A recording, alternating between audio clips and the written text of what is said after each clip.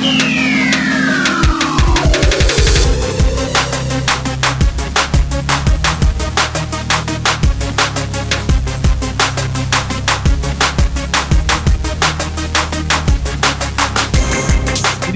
pegar nossas Bíblias, vamos abri-la na Epístola de Paulo aos Efésios. Desde a semana passada que nós começamos, Começamos um novo estudo. Agora vamos gastar um bom tempo estudando a Epístola de Paulo aos Efésios, são 6 capítulos. Lembrando que na semana passada fizemos uma visão geral, abordando sobretudo o tema que nós demos a essa epístola, que é a revelação do Cristo cósmico na economia de Deus. Então, para quem deseja entender o motivo desse tema, porque é um tanto diferente, o Cristo cósmico, uma expressão não raras vezes usada, poucas pessoas usam esse termo, nós ministramos uma palavra para demonstrar esse tema. Falamos sobre a economia de Deus, falamos sobre o Cristo cósmico, porque nesta epístola Paulo aborda a pessoa de Cristo na perspectiva cósmica e não na perspectiva telúrica. O que significa isso? O Cristo cósmico é o Cristo na eternidade, é o Cristo que está fora do tempo e do espaço. É aquele que tem uma obra e trabalha independentemente do processo histórico da humanidade. Ao passo que o Cristo telúrico se refere ao Cristo encarnado, é o Cristo histórico, aquele que se encarnou há 2000 anos, aquele que nasceu em Belém, aquele que é mais conhecido por Jesus de Nazaré. Nós fizemos então a distinção entre o Jesus de Nazaré, a humanidade do Cristo, e a sua pessoa eterna, o Logos eterno, na eternidade, fora do tempo e do espaço, a obra eterna desse Cristo, que é na perspectiva do Cristo cósmico, Se alguém quiser entender melhor, pode assistir a esta mensagem na internet. Ainda não está postada, mas creio que nessa semana ainda o Gilson irá editar e postar a mensagem no canal do YouTube do Ministério, tá bom? Hoje vamos dar seguimento, atentando para um aspecto muito importante. Leia comigo, portanto, capítulo 1 de Efésios. Eu vou ler com vocês até o versículo 14. Embora não iremos tratar sobre esses 14 capítulos, mas é sempre bom você ler toda uma porção, e então, a partir dessa visão da porção, você começa a dissecar o entendimento que ali está, tá bom? Diz assim o texto: Paulo, apóstolo de Cristo Jesus, por vontade de Deus, aos santos que vivem em Éfeso e fiéis em Cristo Jesus, graça a vós outros e paz da parte de Deus nosso Pai e do Senhor Jesus Cristo. Bendito o Deus e Pai de nosso Senhor Jesus Cristo, que nos tem abençoado com toda sorte de bênção espiritual nas regiões celestiais em Cristo, assim como nos escolheu nele antes da fundação do mundo, para sermos santos e irrepreensíveis perante ele, e em amor nos predestinou para ele, para a adoção de filhos por meio de Jesus Cristo, segundo o beneplácito de sua vontade, para louvor da glória de sua graça, que ele nos concedeu gratuitamente no amado, no qual temos a redenção pelo seu sangue, a remissão dos pecados, segundo a riqueza da sua graça, que Deus derramou abundantemente sobre nós, em toda a sabedoria e prudência, desvendando-nos o mistério da sua vontade, segundo o seu beneplácito que propusera em Cristo, de fazer convergir nele, na dispensação da plenitude dos tempos, todas as coisas, tanto as do céu como as da terra. Nele digo, no qual fomos também feitos herança, predestinados segundo o propósito daquele que faz todas as coisas, conforme o conselho da sua vontade, a fim de sermos para louvor de sua glória, nós os que de antemão esperamos em Cristo, em quem também vós, depois que ouvistes a palavra da verdade, o evangelho da vossa salvação, tendo nele também crido, fostes selados com o Santo Espírito da promessa, o qual é o penhor da nossa herança, até ao resgate da sua propriedade, em louvor da sua glória. Esta é a primeira porção de Efésios, sendo que é separada, o versículo 1 e o versículo 2 é aqui o prefácio, a saudação. Então Paulo começa efetivamente a tratar do tema desta epístola a partir do versículo 3 em diante. Interessante que nós observando, a partir do versículo 3, Paulo fala acerca que nós temos sido abençoados com toda sorte de bênçãos espirituais nas regiões celestiais em Cristo Jesus. Na semana passada nós falamos sobre o mistério, ou seja, Paulo nessa epístola, ele fala que Deus tem um propósito eterno a cumprir, ele tem um plano a realizar, e este plano, este propósito que Deus definiu no seu coração antes de haver tempo, era um mistério até então. Ou seja, Deus firmou um propósito na eternidade passada, foi o que nós chamamos de um mistério que foi firmado na eternidade passada. Esse mistério permaneceu oculto durante toda a era, desde o primeiro homem, Adão, até a era apostólica, ou seja, antes dos apóstolos, segundo Paulo, falamos disso com bastante detalhe na semana passada, nenhum homem sabia acerca deste mistério. Então pensem vocês que Moisés, Salomão, Davi, que seja Jeremias, Ezequiel, Daniel, nenhum dos profetas, nenhum homem do Antigo Testamento teve a compreensão do mistério. Ou seja, a vontade de Deus estava selada, a vontade estava oculta, E então é com os apóstolos e a partir do ministério apostólico, sobretudo do apóstolo Paulo, que esse mistério começa a ser desvendado. Então toda essa epístola vai falar muito acerca deste mistério, é a revelação do mistério de Deus. Lembrando que esse mistério diz respeito à economia de Deus, ou seja, diz respeito ao propósito de Deus.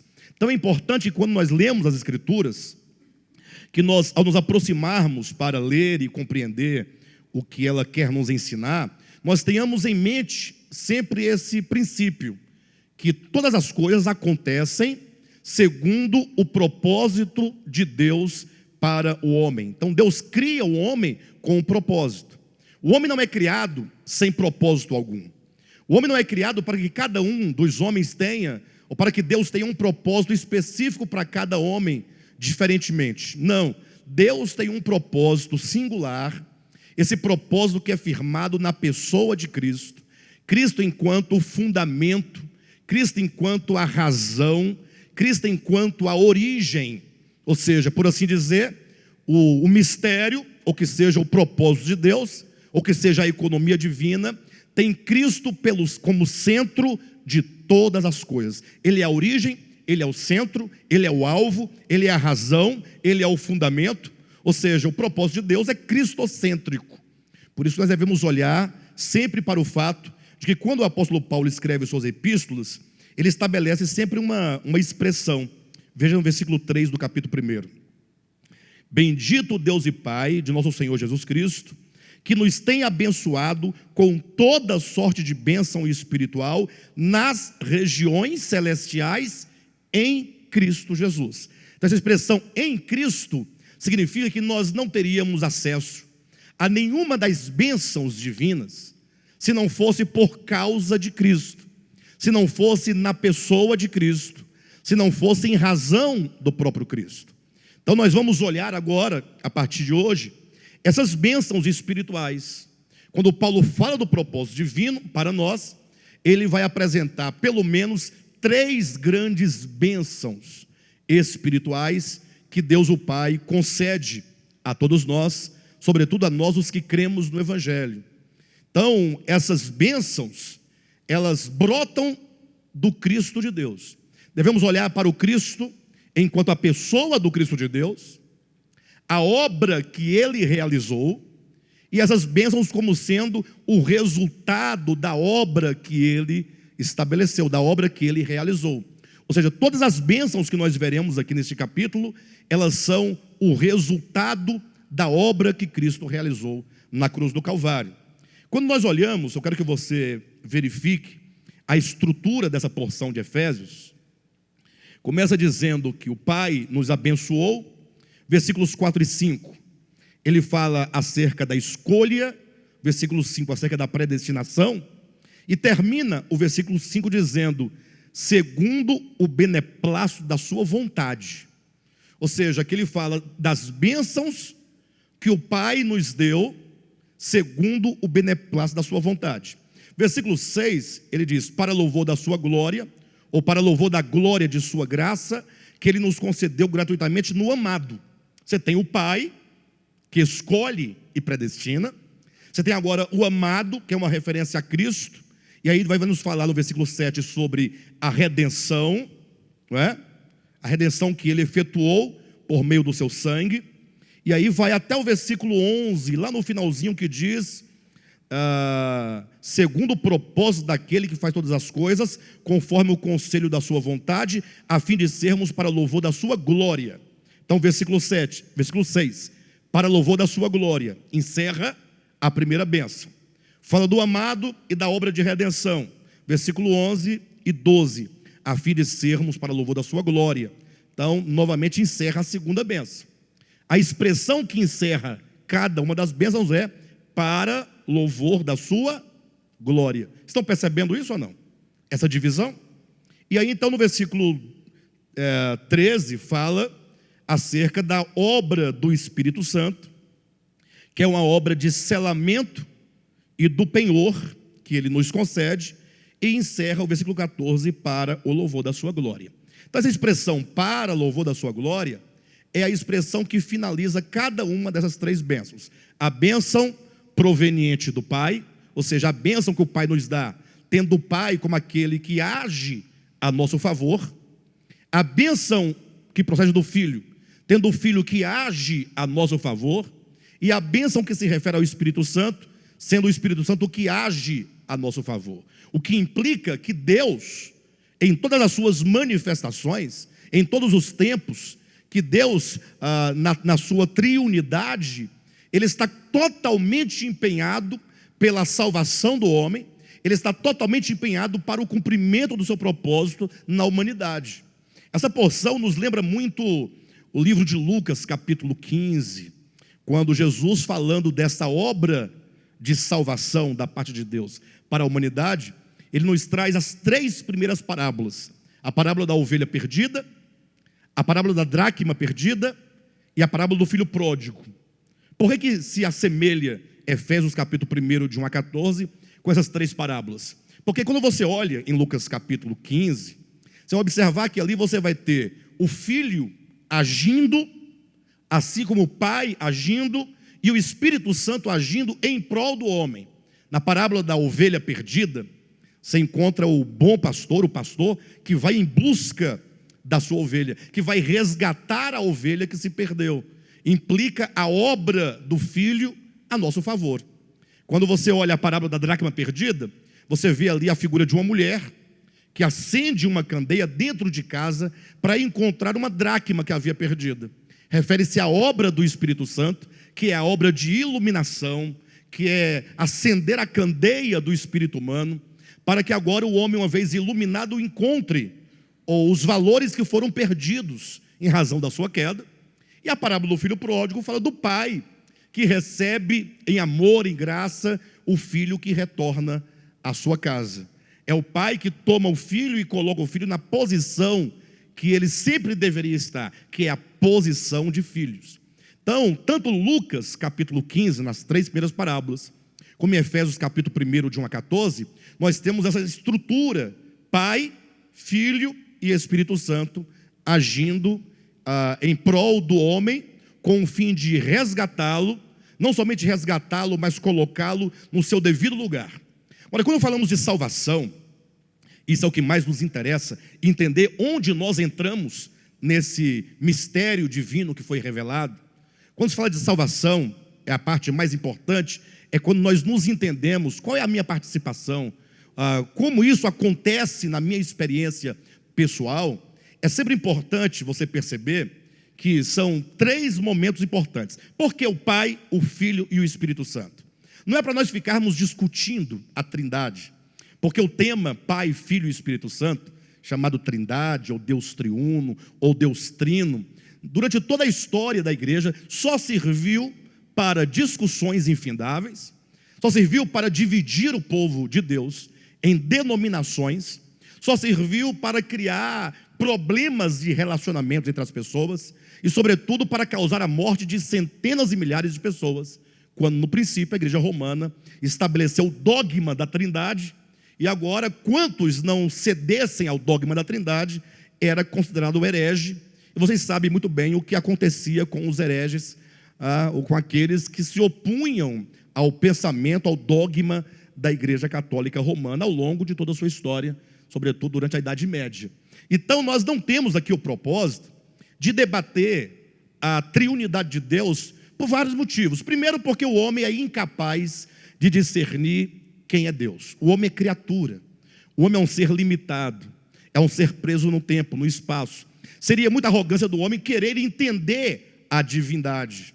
A divindade, esse Deus eterno, é aquele de que Paulo fala que olho algum jamais viu e nem é capaz de ver. Ora, se o homem não viu, nem é capaz de ver, mas tudo que nós sabemos acerca do Deus eterno, que habita em luz inacessível, é aquilo que nos foi revelado na pessoa de Cristo, então nós devemos nos recolher à nossa insignificância e apenas colher aquilo que está disponível, aquilo que nos ajuda a crescer em graça, aquilo que nos ajuda a crescer em vida. Temos que olhar para essa apresentação do eterno enquanto essa triunidade, para podermos entender como que esse Deus trabalha em relação ao homem. E aqui nós vamos encontrar, nesta ordem, o Pai, que na eternidade passada, olha na sua Bíblia, versículos 4 e 5, assim como nos escolheu nele, antes da fundação do mundo, para sermos santos e irrepreensíveis perante ele, e em amor nos predestinou para ele, para a adoção de filhos por meio de Jesus Cristo. Ou seja, esse propósito que nos inclui, que nos envolve, ele tem o seu começo, a sua origem, antes da fundação do mundo. Ou seja, a nossa história, ela já começou lá atrás, antes de haver mundo. Então a nossa história é o cumprimento da vontade de Deus. Ocorre que quando nós viemos ao mundo, quando Deus criou o homem, este homem ele caiu. Nós sabemos da história da queda do homem, ou pelo menos poderíamos dizer, nós sabemos da história quando o homem, adquirindo a consciência de si e de Deus, adquirindo a consciência do bem e do mal, ele toma um caminho adverso, um caminho contrário ao caminho proposto por Deus. Porque o caminho proposto por Deus é, Deus nos criou para, há um propósito. Quando o homem não caminha na direção desse propósito, podemos usar a expressão, ele erra o alvo. E essa expressão errar o alvo é que no grego se lê hamartia, é o que na nossa Bíblia em português se lê pecado. Pecado não é fazer isso ou aquilo. Talvez tenha sido esse um dos maiores erros que o cristianismo cometeu em toda a sua história, foi perder a noção e o significado de pecado. Aí se você olhar a história da igreja, vai encontrar as pessoas dizendo, líderes, né, pastores, padres e bispos e toda sorte de mestres, doutores, dizendo que pecado seria comer um tipo de comida, ou vestir um tipo de roupa, ou cortar o cabelo de um certo modo, ou frequentar um dado lugar, e não sabem que pecado, a palavra pecado, deve ser lida sempre errar o alvo. De modo que sempre que você age, que você procede, independentemente, né, de qualquer conceito religioso, se aquilo que você faz, que você realiza, não converge para o propósito para o qual você foi criado, você está errando o alvo, você comete pecado. Tanto é que a Bíblia, o próprio Cristo inclusive, ele fala contra algumas obras que para nós aparentemente são boas, para nós aparentemente são justas, são santas, né? Mas Cristo fala contra, por exemplo, ele fala, quando vocês forem dar uma esmola, e ninguém pode questionar o ato de dar esmola, parece um ato bom, uma generosidade, Ele fala que os escribas e fariseus faziam isso, davam esmola, de um modo que nós devíamos evitar. Porque eles faziam isso, davam esmolas, para serem vistos pelos homens. Jesus fala, quando eles fazem isso, eles estão errando o alvo.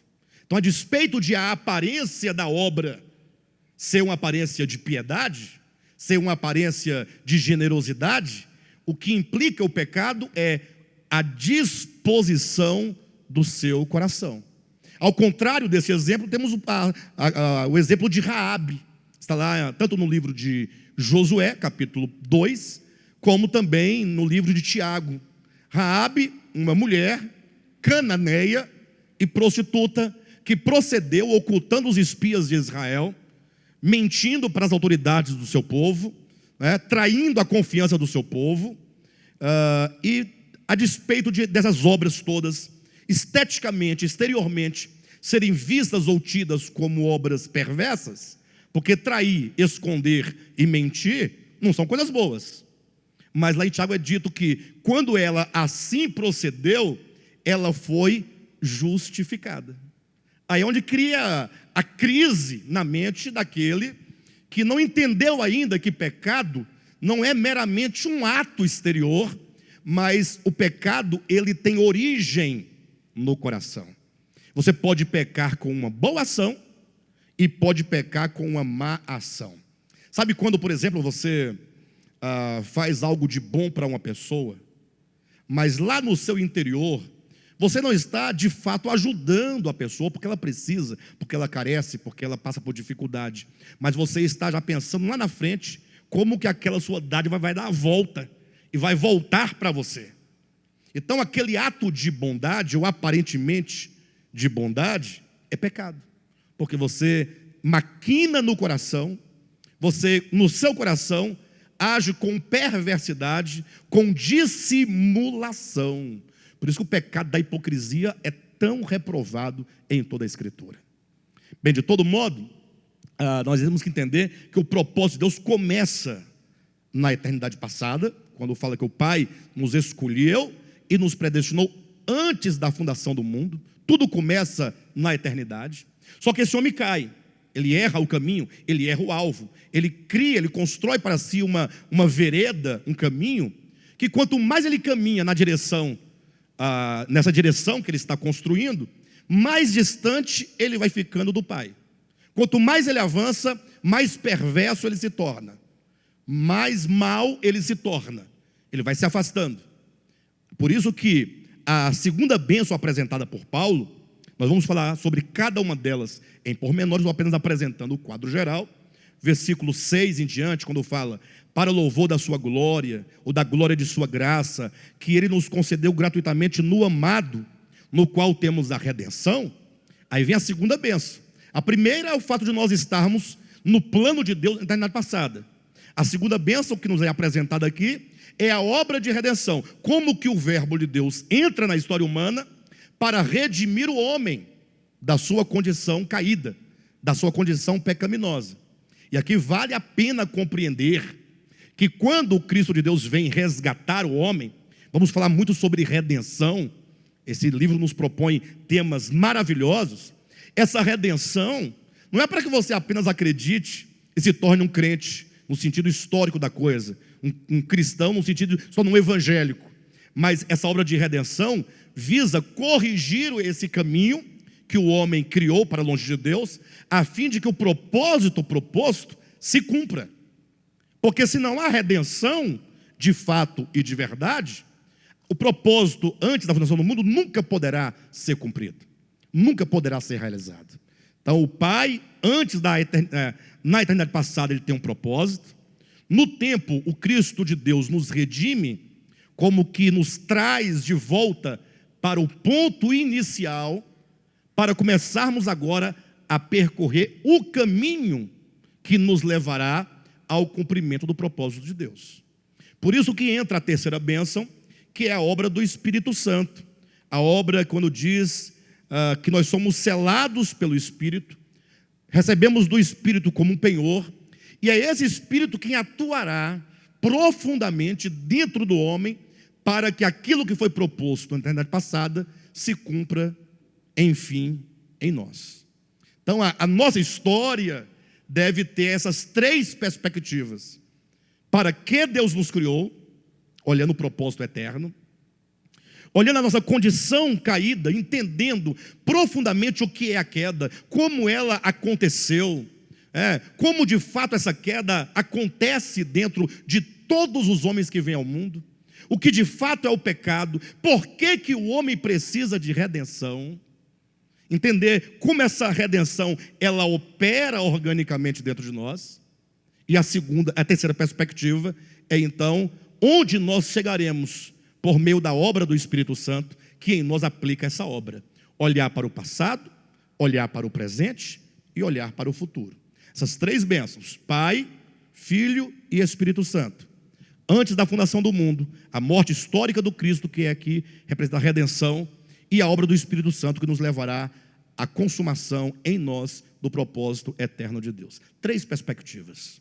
Amém, queridos?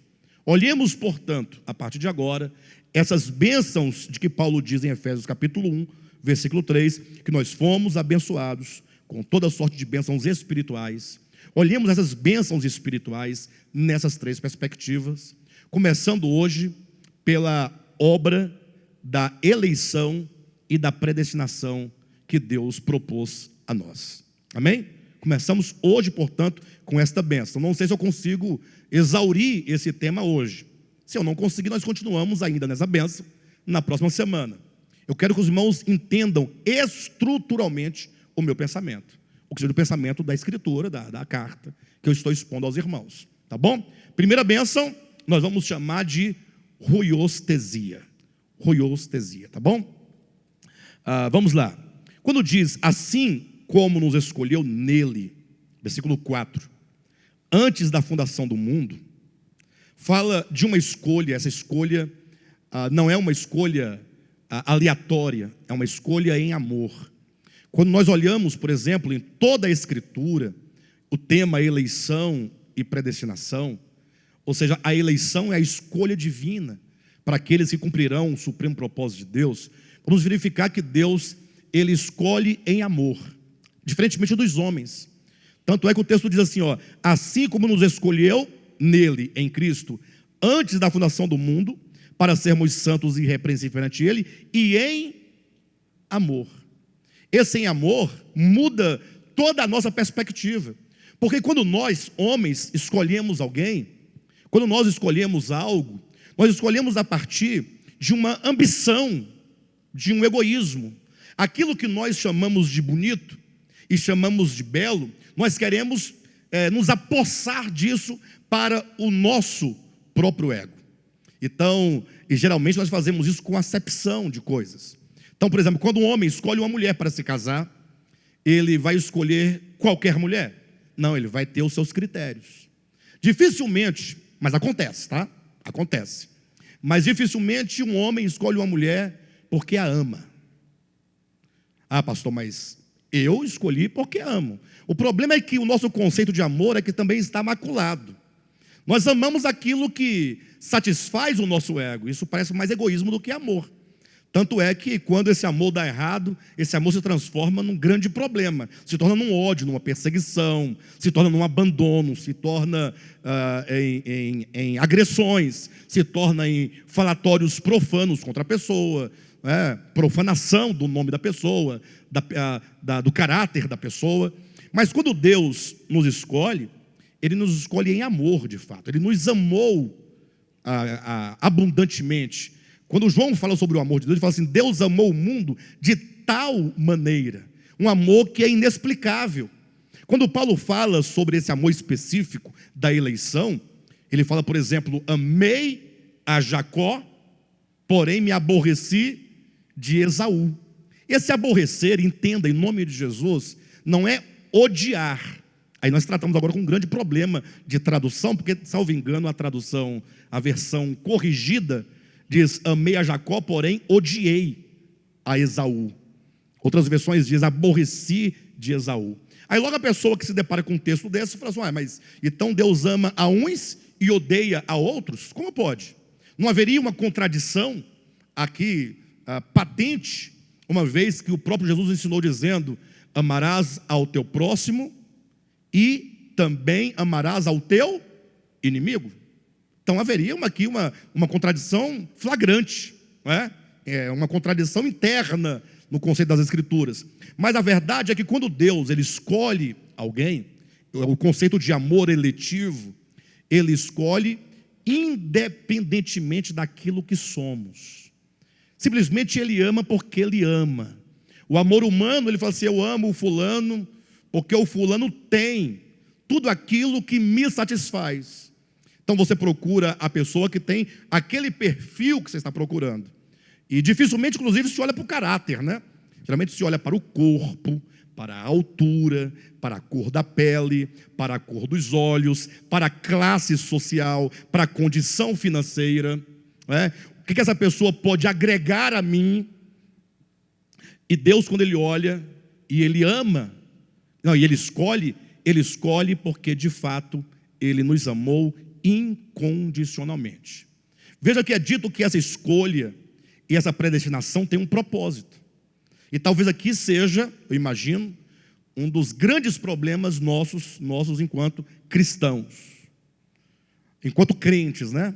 Enquanto aqueles que começaram a seguir o Evangelho, que quando nós nos convertemos, nos disseram assim: olha, Jesus morreu por você porque Ele quer te salvar. Mas isso não foi suficiente para você aceitar a Jesus. Algumas coisas externas tinham que estar acontecendo para você buscar esse refúgio nessa salvação. Então, às vezes eu fico observando, tem pessoas que passam 10 anos aqui comigo, nunca me procurou para uma comunhão, às vezes nunca me procurou para uma palavra, nunca pediu ajuda, uma orientação, às vezes vinha a cada 6 meses, 6 meses aparece. De repente, quando acontece uma tribulação, uma luta, um vento, que a pessoa vê que ela corre rapidamente, entra em contato comigo: pastor, me socorre. Amém, te socorre. Aí a pessoa vem para a igreja, traz Bíblia, vem para o culto, chega cedo, sai depois de todo mundo. Peraí, quer enganar quem? A Deus, a você, a mim, a quem? Nós temos que entender que nós não podemos buscar a Deus, ou aceitar a Jesus, ou receber Jesus, buscando realizar um propósito particular. A pessoa às vezes aceita Jesus porque diz assim: olha, você vai morrer e você vai para o inferno. Aí a pessoa muito medrosa, que tem medo da morte, do inferno e do diabo, ela aceita Jesus, porque ela não quer ir para o inferno. Mas a mais corajosa fala assim: não aceita Jesus, você pode ameaçar.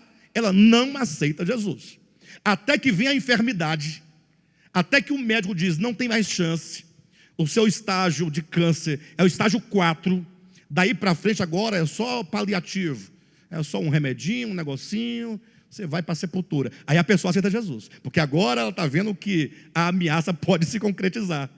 Mas o povo está sempre aceitando a Jesus para receber uma bênção, para receber um casamento, por causa de um emprego, por causa do céu, com medo do inferno, com medo do demônio. Sempre, ou seja, na maioria das vezes, é a maioria esmagadora, as pessoas são atraídas ao Evangelho, a um suposto Evangelho, como quem busca a realização de algo pessoal. Dificilmente alguém fala: puxa, Deus me criou para. Eu sou criatura, Ele é Deus, Ele é o eterno, Ele tem propósito, e a despeito de quantos propósitos eu tenha na minha vida terrena, todos os meus propósitos devem estar submetidos ao supremo propósito de Deus. Para que Deus nos criou? Qual é o propósito? Para que Ele te escolheu? Por que Ele te predestinou? Vamos ver aqui no versículo 4. Assim como nos escolheu nele, antes da fundação do mundo, para sermos santos e irrepreensíveis perante Ele. Ou seja, o alvo dessa escolha é a nossa plena santificação. É lógico, nós temos que entender de que santificação está dizendo aqui. Acredito que ao longo desse estudo nós vamos entendendo essas coisas. Eu não tenho como explorar cada aspectozinho, fica um volume de muita informação. Mas o fato é que nós fomos escolhidos para sermos santos e irrepreensíveis perante Ele. Ou seja, este é o nosso alvo. Ou seja, quando diz para sermos santos e irrepreensíveis, não diz respeito a irmos para um lugar, a recebermos uma veste, a recebermos uma coroa. porque até nesse sentido está desvirtuado o sentido. Só pensa, puxa, eu vou para o céu, chega lá, eu vou receber uma veste branca. Como se você não pudesse fazer uma veste branca para você vestir, né? E aqui o pior, ninguém quer essa veste branca aqui. Ficaria parecendo um louco vestido de branco andando por aí na rua, né? Uma veste longa, talar. Quando diz santos irrepreensíveis, não está falando de coisas externas. A pessoa, eu vou para o céu, Deus vai me dar uma coroa. A pessoa está interessada numa coroa que ele possa colocar sobre a cabeça. Ou ir para um lugar, ele não quer ficar na terra. A terra é terra de pecado, de coisas erradas. Quer ir para o céu, quer ir para algum lugar onde seja uma luz muito clara, tenha uma abóbada, tenha anjos, tenha harpa, tenha isso e aquilo outro. Ao passo que a Escritura diz que nós fomos predestinados, ou melhor, escolhidos, para sermos santos e irrepreensíveis. Ou seja, fala de uma condição ontológica. Ou seja, uma condição do nosso ser. Ontológico quer dizer referente ao ser. Aquilo que somos no nosso espírito, aquilo que somos na nossa alma, aquilo que somos no nosso coração. Portanto, o propósito de Deus já aponta para uma condição orgânica do nosso ser, daquilo que nós seremos.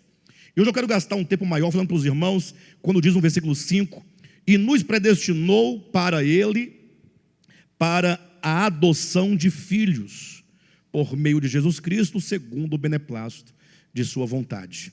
Adoção de filhos. Aí na sua Bíblia aparece essa expressão, mas no grego você vai encontrar uma palavra chamada hoiotesia. Hoiotesia se traduz aqui em português, adoção de filhos. Quando nós tratamos de tradução, nós nos esbarramos num problema. Me recordo como se fosse hoje, um dia, um professor de linguística, numa aula, ele diz assim, que quando a pessoa traduz, ela trai. Na ocasião, esse conceito desse professor me ofendeu profundamente. Por quê? Porque na ocasião, isso salvo engano em 2008, não, 2007, 2008, por aí 2006, 2007, eu ainda lidava muito com o problema da tradução. Ainda tinha o meu olhar muito voltado para acreditar que quando eu lia algo aqui, talvez eu tivesse aqui a exatidão do que se queria dizer. Mas quando você começa a estudar hermenêutica bíblica, exegese bíblica, quando você começa a estudar os contextos bíblicos e começa a estudar as traduções, você percebe que quando a Bíblia chegou a nós na língua portuguesa, muito do que se quis dizer se perdeu. Imagine que quando Paulo diz que Deus nos predestinou para a adoção de filhos, ele disse para a ruiotesia. Essa palavra tem um significado para os gregos, ou na língua grega. De repente chega para nós a adoção de filhos. O que você entende por adoção de filhos? Para mim, a adoção de filhos, adotar um filho, é você receber alguém que não é seu filho legítimo, mas que juridicamente e judicialmente e legalmente se torna seu filho por um mero documento que não os liga pai e filho organicamente. Não é assim que nós pensamos? Alguém adota uma criança e recebe um documento legítimo, legal, jurídico, que diz agora que ele é seu filho. Você pode colocar o seu nome ou sobrenome no nome dele. Você agora tem a responsabilidade, todos os deveres, mas não existe uma relação orgânica, uma relação vital entre pai e filho. Então, certamente a expressão adoção de filhos não consegue nos trazer com exatidão o sentido que o apóstolo Paulo nos trouxe. Nós temos que compreender este ponto, porque por falta de compreensão do que seja adoção de filhos, que em outros lugares é chamado de regeneração ou de novo nascimento, ocorre que o cristianismo caiu no mesmo erro dos judeus no tempo de Cristo. Qual foi o erro dos judeus? Eles entenderam assim, nós somos um povo eleito, nós somos um povo escolhido, presta atenção, porque cada informação que eu estou dando aqui serve para você construir todo o panorama da escolha e da predestinação, tá bom? Eles entenderam, nós somos um povo eleito, os judeus pensaram, somos um povo escolhido, e portanto, somente nós, escolhidos, pertencemos a Deus. Entendam isso? Eles entendiam assim, somente nós pertencemos a Deus. E a prova que eles tinham era o sinal externo da circuncisão. Nasceu o menino ali, já circuncidava aquele menino. De modo que as genealogias eram todas construídas somente com nomes de homens, porque as mulheres naturalmente já estavam incluídas ali, representados pelos seus pais, né? Então imagine só, tem a circuncisão? Não tem, então não faz parte do propósito de Deus. Com isso, eles criaram um orgulho nacional, se tornaram pessoas extremamente facciosas, deixaram de entender o propósito da escolha de Deus do povo de Israel, consequentemente não realizaram a vontade de Deus, e agora então, eles simplesmente tinham apenas um orgulho de pensarem que eles eram únicos e exclusivos. Por que eu disse que os cristãos cometeram o mesmo erro? Porque há duas linhas dentro do cristianismo que pensa algo muito semelhante, muito próximo dos judeus. A linha calvinista, que é a linha mais extrema, ela fala assim, não, Deus escolheu algumas pessoas para a salvação.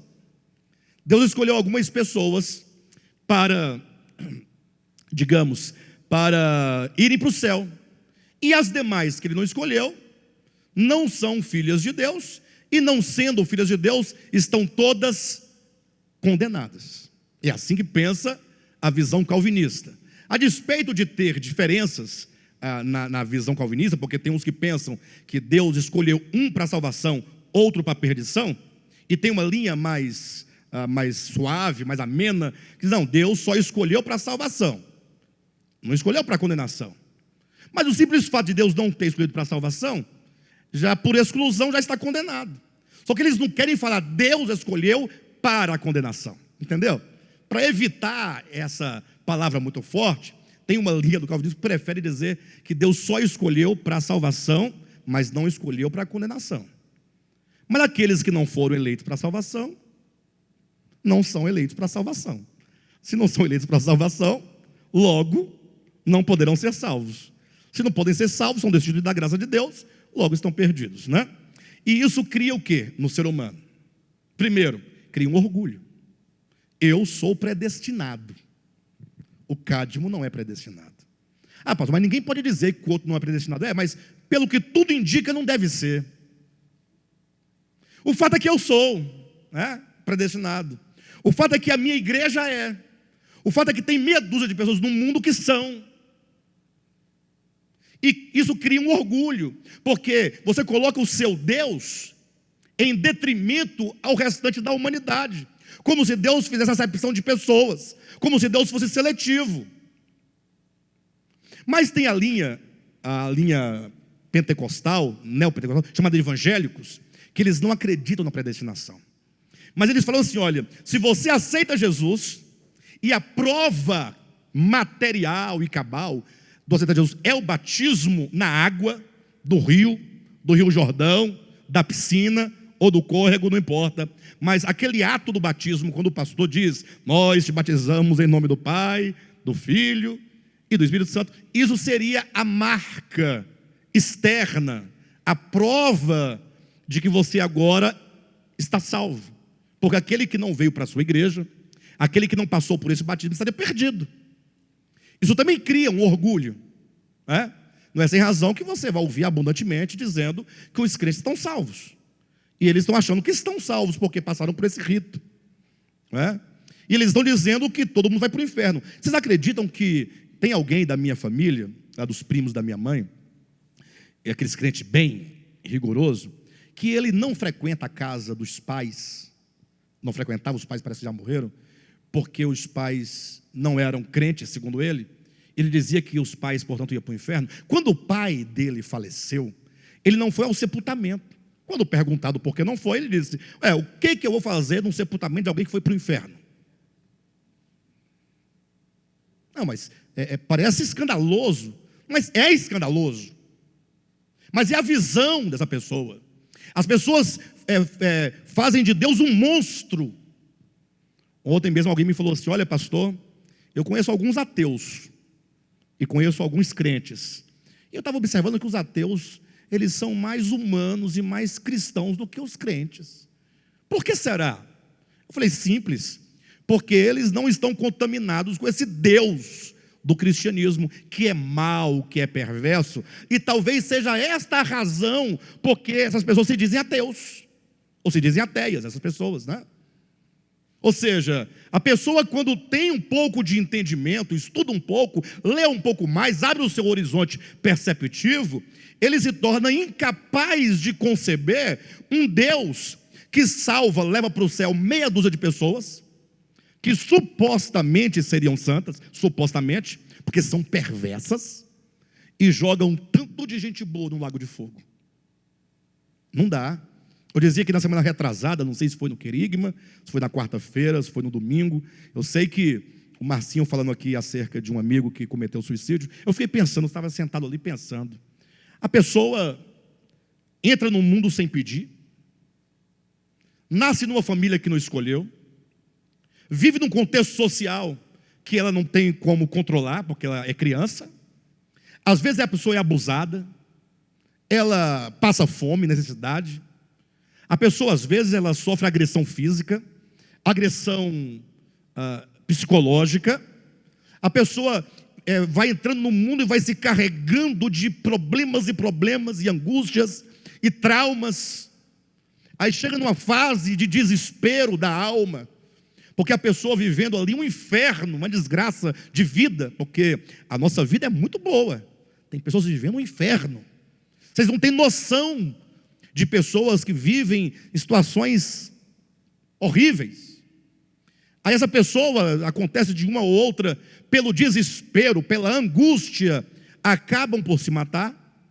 Só se mata por angústia, só se mata por desespero, só se mata por desesperança. Quando chega no clímax, né? Aí agora, dizem os crentes, Deus olha para aquela criatura, e segundo o conceito da maioria dos crentes, Deus diz, essa pessoa cometeu o pecado imperdoável. Portanto, essa pessoa será lançada no inferno.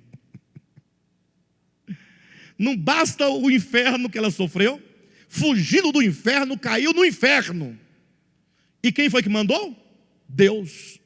Aí eu pergunto, como crer num Deus desse, pessoal? Se isso é Deus, não precisamos de demônio. Não, eu estou falando sério. Se isso é Deus, para que você quer o capeta, o demônio, o diabo, o satanás, o bicho ruim? Pior do que esse não tem. Pastor, mas então? Não, então nada. Temos que rever todos os nossos conceitos. Temos uma hora que você tem que parar. É certo que nem todos estão dispostos a isso. As pessoas que não estão dispostas, que ao ouvir uma palavra dessa que eu estou falando agora, rejeita imediatamente. Tem 3 pessoas que há 10 anos ouvem minha mensagem e dão um dislike. 3. Não passa de 3. E eu acho que elas nem ouvem, né? Quando lança, vai dislike e passa para frente.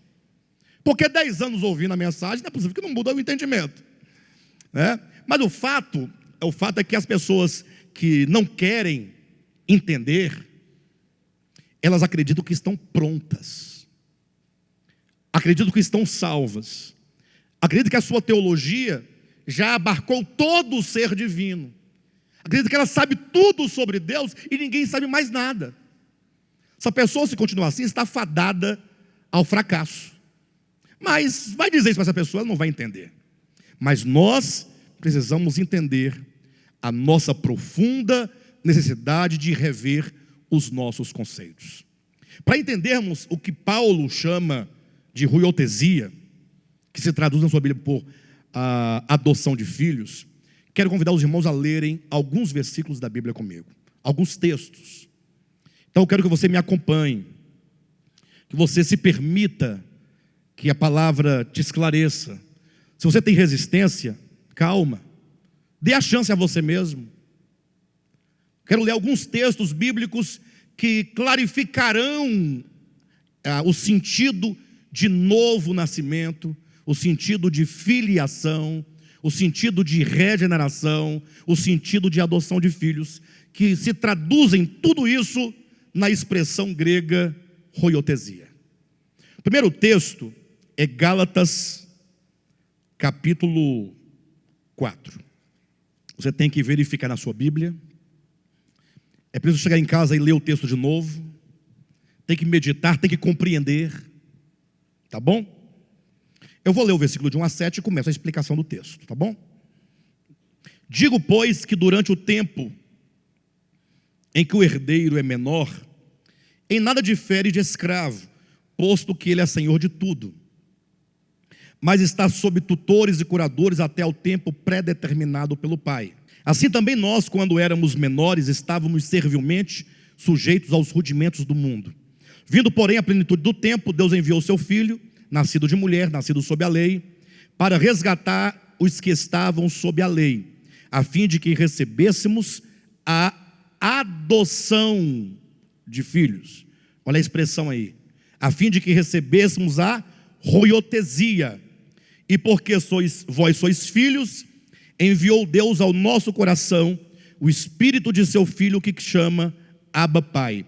De sorte que já não és escravo, porém filho, e sendo filho também herdeiro por Deus. Primeira coisa, entenda que Paulo começa este assunto usando uma símile, usando uma metáfora. Ele faz uma comparação daquilo que ele quer nos dizer com algo que era muito comum no seu tempo. Quando você quiser se fazer entender, cria uma comparação, algo que a pessoa possa olhar e, compreendendo aquilo que você mostra, entenda então o que você de fato quer dizer. Paulo diz assim, olha, veja o que ele coloca como comparação.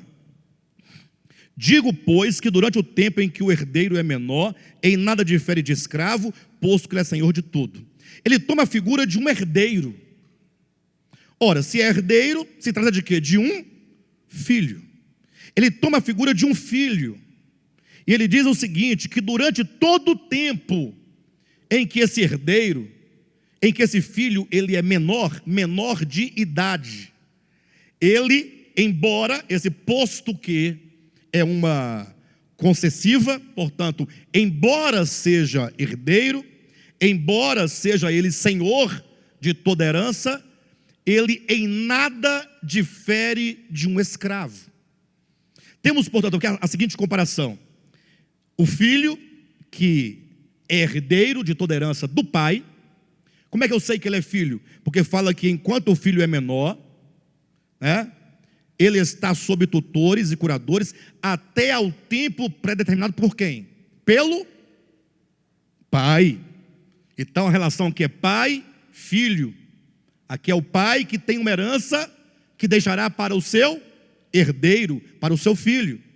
Mas esse filho, enquanto ele está na sua menoridade, embora ele seja senhor de toda a riqueza do pai, em nada ele é diferente de um escravo da casa. O escravo, ele não é senhor de nada, ele não tem nada. Ele não tem como se apropriar de nada da casa, porque ele não tem direito. E o filho, enquanto é menor, ele se assemelha ao escravo. Então Paulo aqui não está tratando da natureza do filho. Ele não está tratando da natureza do herdeiro. Está tratando da posição.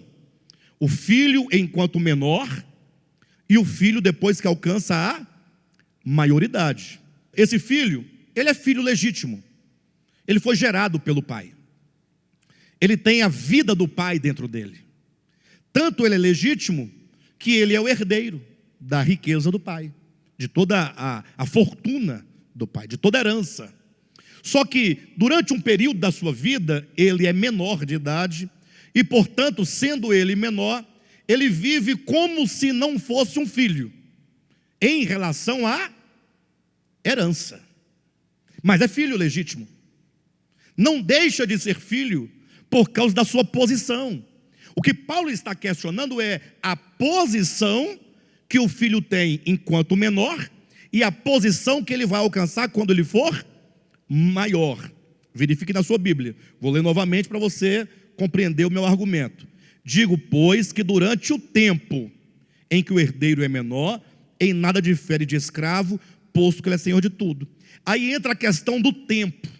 Ou seja, o filho, ele fica numa condição de escravo, depois ele fica na condição de filho herdeiro.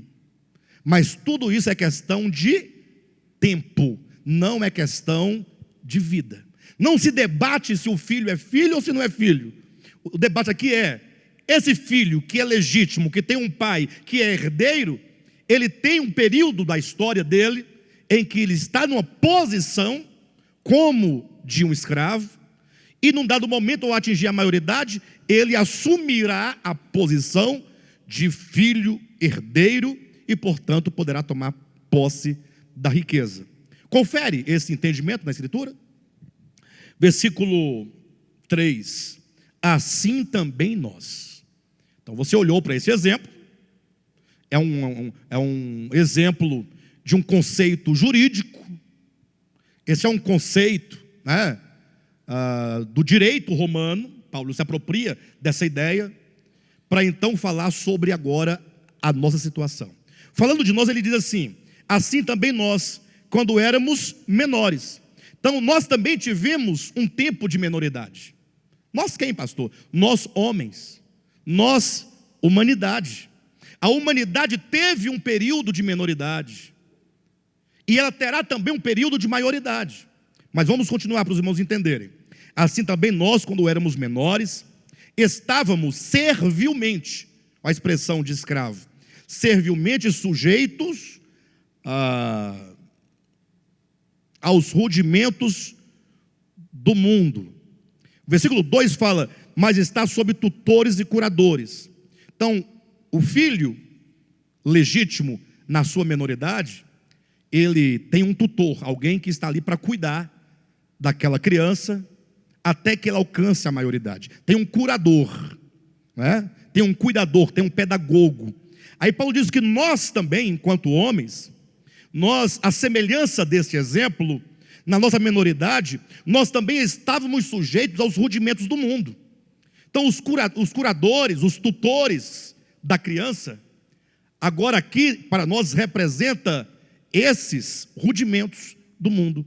Pastor, o que são os rudimentos do mundo? Ora, são todos os ensinamentos que nós recebemos por herança dos nossos antepassados. Toda a tradição oral, tudo que um dia nos ajudou a caminhar. Posso dar um exemplo prático aqui. A pessoa se converte na Deus é amor. Misericórdia, né? Mas lá ele vai ter um certo cuidado. Vai aprender um tanto de coisas erradas. Vai ficar sob escravidão. Não pode fazer isso, não pode fazer aquilo. Isso está errado, aquela pressão toda. Mas essa pessoa, de algum modo, ela está guardada. De algum modo, ela está livre de uma série de coisas que fora daquele curral, ela estaria desprotegida. Seja em qual for a religião. Jesus fala que as religiões são currais. Todas as religiões são currais. João capítulo 10, leia com atenção. Ele diz que o judaísmo, naquela ocasião, ela chama de aprisco, né? Aprisco é uma palavra bonita. Todo mundo quer estar no aprisco, eu não quero. A pessoa não parou para perguntar o que é aprisco. Aprisco é um curral. Tem um coxo, onde se coloca lá a ração, tem o feno, tem a palha no chão, os animais fazem suas necessidades ali em cima, é mal cheiroso, é úmido, é apertado, é cercado, no sentido aprisionado. Aí veio Jesus e fala que veio para tirar desse aprisco, aquele vai, as minhas ovelhas. Ela chama pelo nome, para que as ovelhas gozem da liberdade nos pastos verdejantes, que elas experimentam o cuidado do pastor, as águas tranquilas, as águas frias, E ele conclui esse entendimento dizendo: eu ainda tenho outras ovelhas que não são deste aprisco. São ovelhas que estão em outros apriscos, e a mim convém conduzi-las. Então as religiões, embora tenham de muita perversidade no que diz respeito aos líderes da maioria ou de algumas religiões, é aquilo que Jesus fala que é o mercenário, é o ladrão e salteador, a quem não pertence a ovelha, né, que veio para matar, roubar e destruir as ovelhas. Mas de alguma maneira as religiões guardam os homens. Os conceitos, por mais rudimentares que seja, de alguma maneira é um tempo de menoridade, a pessoa vive como escravo, Mas chegará o momento de que essa pessoa alcança a sua emancipação.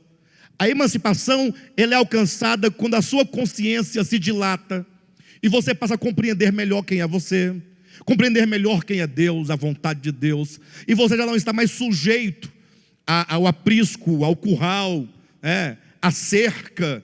Você não está mais sujeito àquele lugar apertado, mal cheiroso, com comida escassa. Você já pode agora gozar da liberdade em Cristo Jesus. E então os rudimentos do mundo é tudo aquilo que de alguma maneira ajudou a humanidade no seu processo e na sua história. Imagine que no tempo de Moisés foi dada uma lei que dizia: olho por olho, dente por dente. Entenda que essa lei não significa que se ensina a vingança. Muitas pessoas, ao lerem olho por olho, dente por dente, falam assim: então é para se vingar? Não, veja que essa lei, ela chega no tempo da humanidade, chamada lei de Talião, exatamente quando os homens viviam na barbárie. Os homens viviam de guerras. Era o tempo das pessoas, era a imaturidade daquele povo, e portanto, quando alguém matava um animal, não raras vezes a pessoa ia lá e matava a pessoa que matou o animal.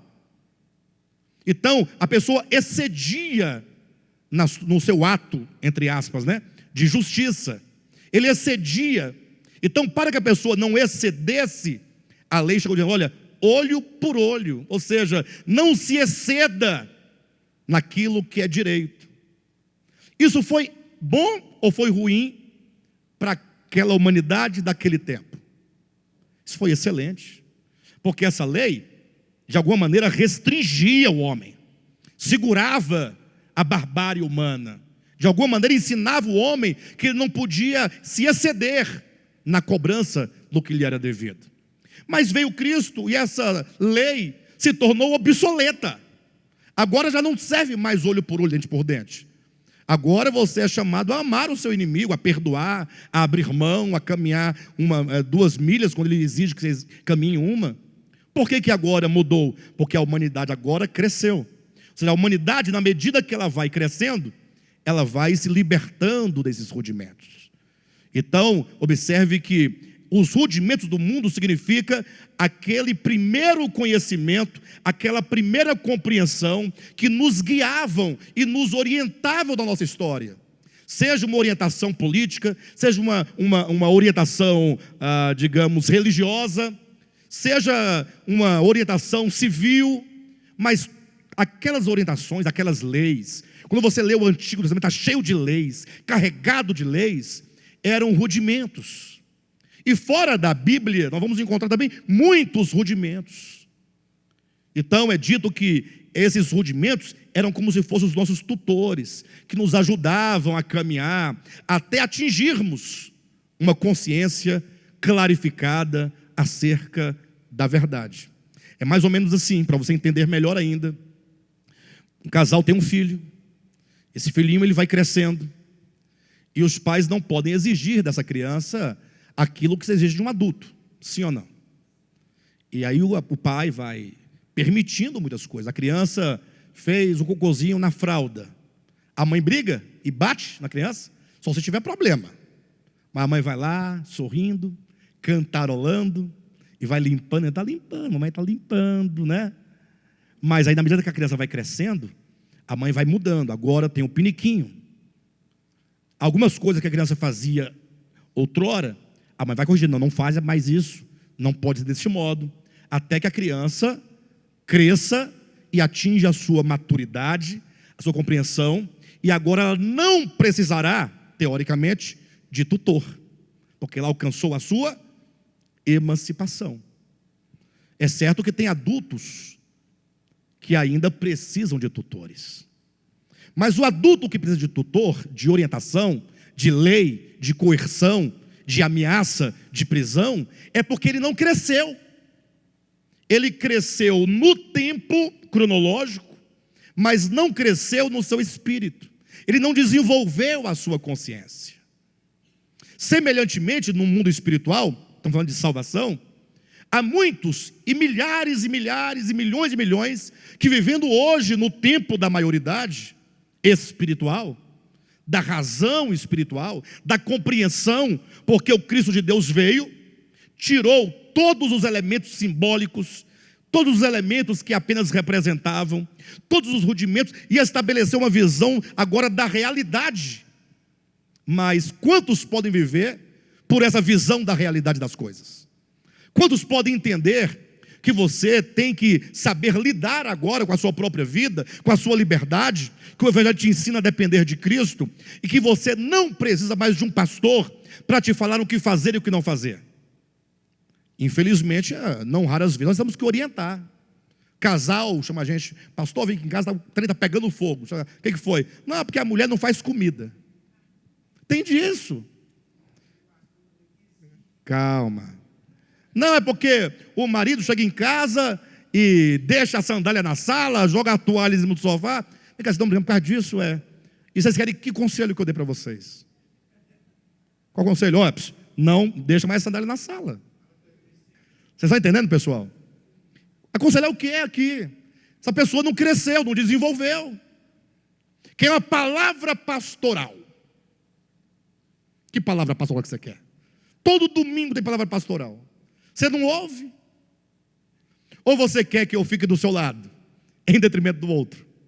Ou você quer uma palavra que apoie a decisão que você já tomou e quer apenas manifestar? Então, isso é uma bobagem. Nós temos que crescer. Os pastores, eles pastoreiam mediante o ensino da palavra, não conduzindo a sua vida particular, não indo à sua casa e falando assim, olha, você tem que parar de fazer isso para fazer aquilo outro, não te perseguindo, não te ameaçando. Infelizmente, os crentes hoje vivem sob uma rédea de pastores. Pastores que determinam até se o indivíduo pode ou não pode viajar, se ele pode ou não pode estudar, se ele pode ou não pode se casar. Eu ouvi uma história essa semana, eu vou falar aqui como algo que eu ouvi, mas eu não verifiquei. Pode ser que não seja verdade, né? Mas a pessoa que disse isso está aqui na minha frente, eu estou olhando para ela. Disse que ouviu de um certo líder, de uma certa igreja aí, que eu não vou dizer o nome, né? Que segundo agora a nova regra da Universal, não ia falar o nome, acabei falando. A nova regra agora é a seguinte: disse agora, quando um obreiro, um pastor for arrumar uma mulher para se casar, não pode chegar simplesmente se casando, não. A mulher escolhida deve trabalhar na residência do seu pretendente por 1 ano, para ele saber se ela de fato é uma cooperadora idônea. Onde é que nós estamos, né, pessoal? Onde nós estamos?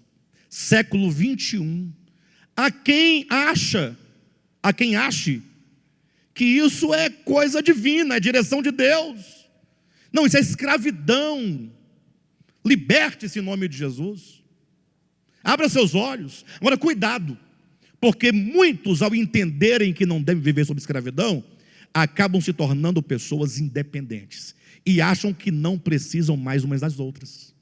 Aí quebra a comunhão, já não congrega, já não ouve uma orientação, já não se submete mais ao conselho da igreja. A pessoa agora ela se rebela contra tudo, se torna uma pessoa agora totalmente autossuficiente, independente, agressiva contra qualquer forma de comunhão, de ajuda, de cooperação. Isso é complicado. Temos que ter o equilíbrio. A liberdade, ela sempre será um equilíbrio. Não podemos fazer mau uso da nossa liberdade em Cristo para quebrar os relacionamentos, para nos desligar das coisas boas que nos unem, as coisas que nos fazem melhorar.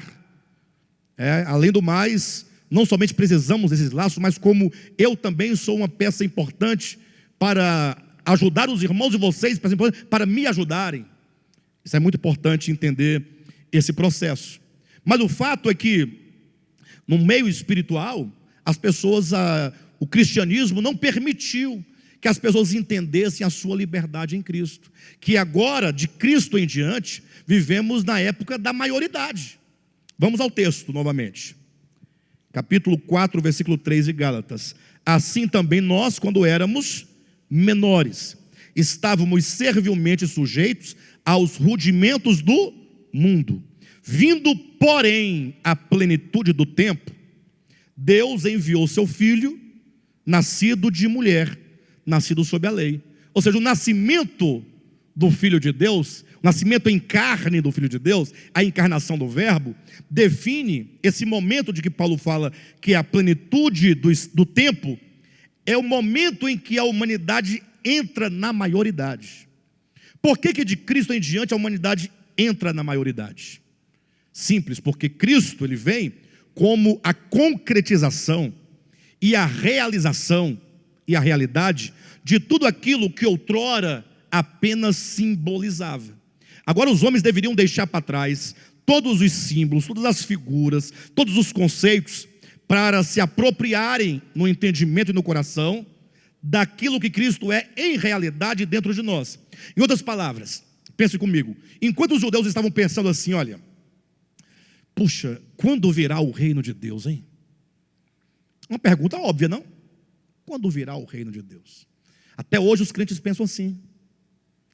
Como será esse reino? Será que vai vir de cima? Deve ser de cima, né? E o conceito de cima e baixo é uma questão totalmente relativa, uma vez que nós vivemos não numa terra plana.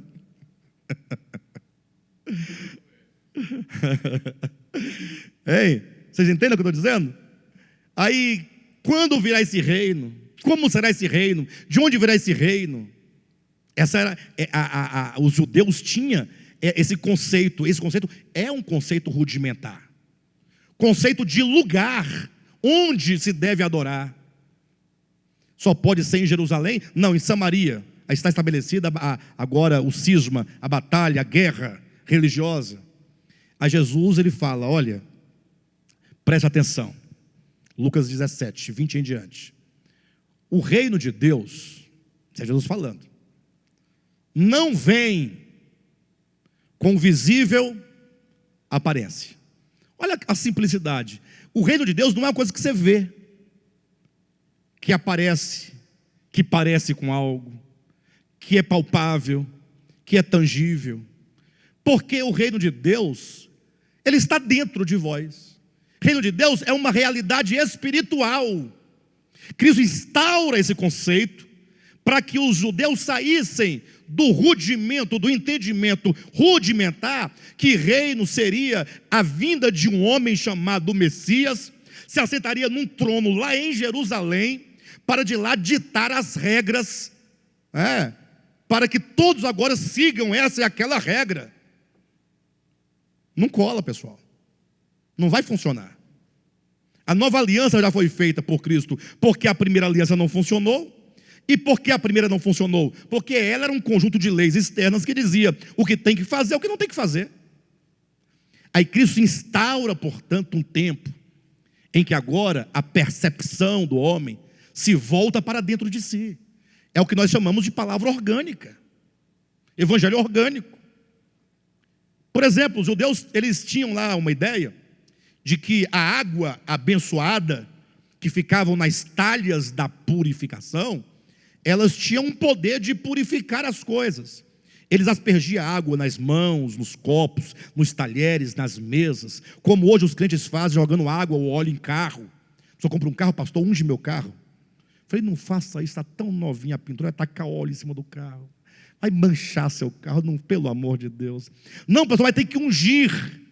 Gente, Jesus falou, olha, chegando Jesus com seus discípulos numa ocasião, todos ali procedendo com esse ritual, com esse rito do lavar as mãos, os discípulos de Cristo, já orientados por ele, começaram a comer sem proceder, sem o rito. E isso chamou a atenção dos anciãos, dos líderes, dos fariseus, dos escribas, dos pastores, dos bispos, que falaram, por que os teus discípulos não procedem segundo a nossa tradição? Mais simples. Olha como ele instaura uma era de maioridade, porque tudo agora se volta para o que é e não para o que representa. Ele fala, porque essa água aí não pode purificar ninguém. É água. Porque o problema do homem está dentro do coração. E não é nem o coração, enquanto esse músculo aqui é a sede das suas emoções, pensamentos, mente, vontades, emoções. Essa água não lava. Do modo como essa água não pode me purificar, qualquer coisa que está fora do homem também não pode contaminá-lo. Nada há fora do homem que o contamine, nada há fora do homem que o purifique. Porque o problema do homem está no coração, é de lá que procedem. Aí ele pode falar o que você quiser agora: a maldade, a perversidade, o egoísmo, a inveja, a injustiça, a infâmia. É de lá que procede, ou procedem essas coisas, mas é de dentro. Ou seja, Cristo rompe com o tempo de que as coisas representavam e fala: vamos olhar agora para dentro de nós, porque agora é a era da realidade. Cristo, enquanto a realidade de todas as coisas, é o Cristo que em nós habita, que habita dentro de todos os homens. Ah, pastor, de todos os homens. Não desmarca aí não, em Gálatas não, mas abra comigo rapidamente em João capítulo 1. Vou ter que continuar na semana que vem, queridos. Esse tema aqui é 3, 4 semanas para concluir, mas eu vou até onde eu posso ir hoje. Capítulo 1 de João, a partir do versículo 1. No princípio era o Verbo estava com Deus, e o Verbo era... Veja que ele começa lá de trás, ele vai vindo, vamos acompanhando o pensamento. Ele, o Verbo, versículo 2, estava no princípio com a divindade, com Deus. Versículo 3, todas as coisas foram feitas por intermédio dele, do Logos, e sem ele, sem o Logos, nada do que foi feito se fez. A vida estava nele. Nele quem? No Logos. E a vida era a luz dos homens. Olha que a vida estava nele. Não é o Cristo que declara: eu sou o caminho, a verdade e a vida? Ele é. Quando diz estava nele, quer dizer, é dele que procede a vida. Ele enquanto fonte. Não existe vida em nenhum lugar que dele não proceda. Portanto, se você está vivo, essa vida que te vivifica procede dele, emana dele. Ah, mas o camarada ali é ateu, mas ele está vivo, está caminhando. Então a vida que é Cristo, diz no versículo 4, a vida estava nele, e a vida era a luz de quem? Dos homens.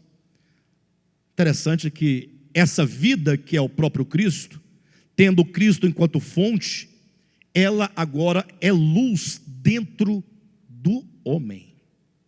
Não é dentro daquele que aceitou Jesus, é dentro do homem. Olha o versículo 5.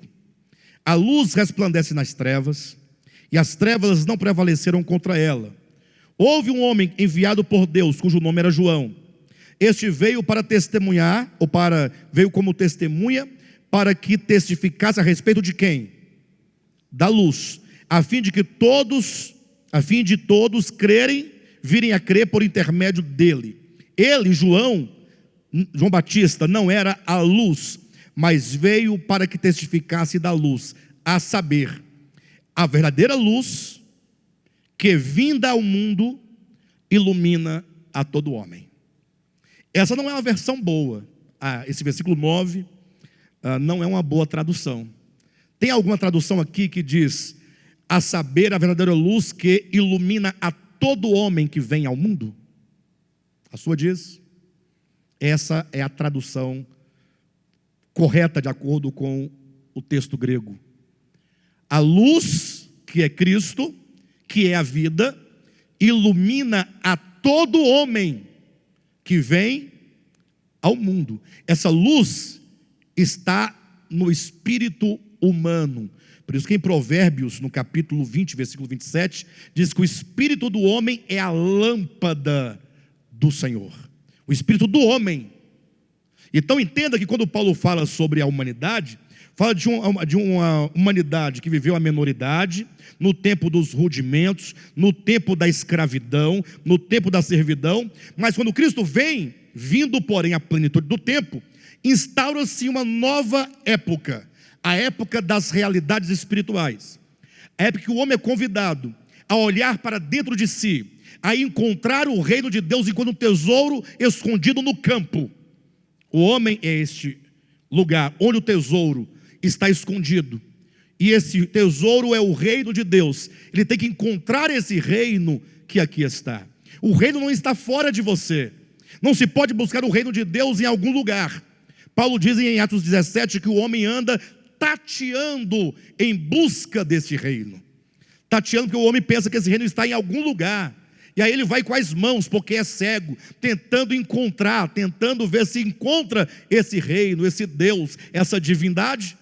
Aí Paulo fala, se bem que este homem tateando não vai encontrar nunca, porque esse reino está tão próximo de nós, que você não tem que ir a algum lugar. É o que Jesus falou, não é nem em Samaria e nem em Jerusalém, mas é em espírito que se adora a Deus. Paulo diz, porque nele, nesse reino, no Cristo de Deus, nós vivemos, nele nós nos movemos, nele nós existimos. Então você está totalmente absorvido desse Deus imanente. Vivemos nele, existimos nele, nos movemos nele. Ele é o reino dentro de nós. Nós estamos envolvidos por dentro e por fora, totalmente tomados de Deus. É impossível você piscar os olhos, se não for por Ele. Então, isso se define, esse novo horizonte, esse novo olhar da realidade, no versículo 4 de Gálatas, capítulo 4. Vindo, porém, à plenitude dos tempos, Deus enviou seu Filho, nascido de mulher, nascido sob a lei, para resgatar os que estavam sob a lei. Qual o sentido aqui? Resgatar os que estavam sob tutores, resgatar os que estavam sob curadores, nos resgatar dos rudimentos do mundo, nos tirar dessa escravidão, a fim de recebermos a ruiotesia. Para nos resgatar, versículo 5, ou para resgatar os que estavam sob a lei, a fim de que recebêssemos a adoção de filhos. Aí chegamos nesse ponto, a adoção de filhos. O que é adoção de filhos? A palavra é ruiotesia. Esta é uma expressão grega, que é usada no direito romano, que significa literalmente o momento em que o filho alcança a sua maioridade, e porque ele alcança a maioridade, ele agora assume a posição de verdadeiro herdeiro, que pode se apropriar da sua herança. Quando então o homem atinge, voltando para o exemplo de Paulo, essa maioridade, é que ele podia se tornar um sacerdote da sua casa. Ele podia assumir então agora a realeza, ele podia agora se apropriar da herança. Esse era o momento. Alguns pensam, não, se é para receber a adoção de filhos, alguns pensam que é o momento em que você, aceitando Jesus, você se torna um filho de Deus, porque outrora não era. Olha, eu pergunto, se você agora se torna, como é que podia dizer que você era herdeiro? Como alguém pode ser herdeiro se não era filho? E outra coisa, partindo do exemplo de Paulo, ele está falando de posição, ou está falando de uma condição orgânica do ser? Aqui no texto. Vocês não me entenderam? Ninguém entendeu, tá? A pergunta é, Paulo está falando, está questionando se o filho é filho de fato ou não é, ou está falando da posição da menoridade e da maioridade? Posição.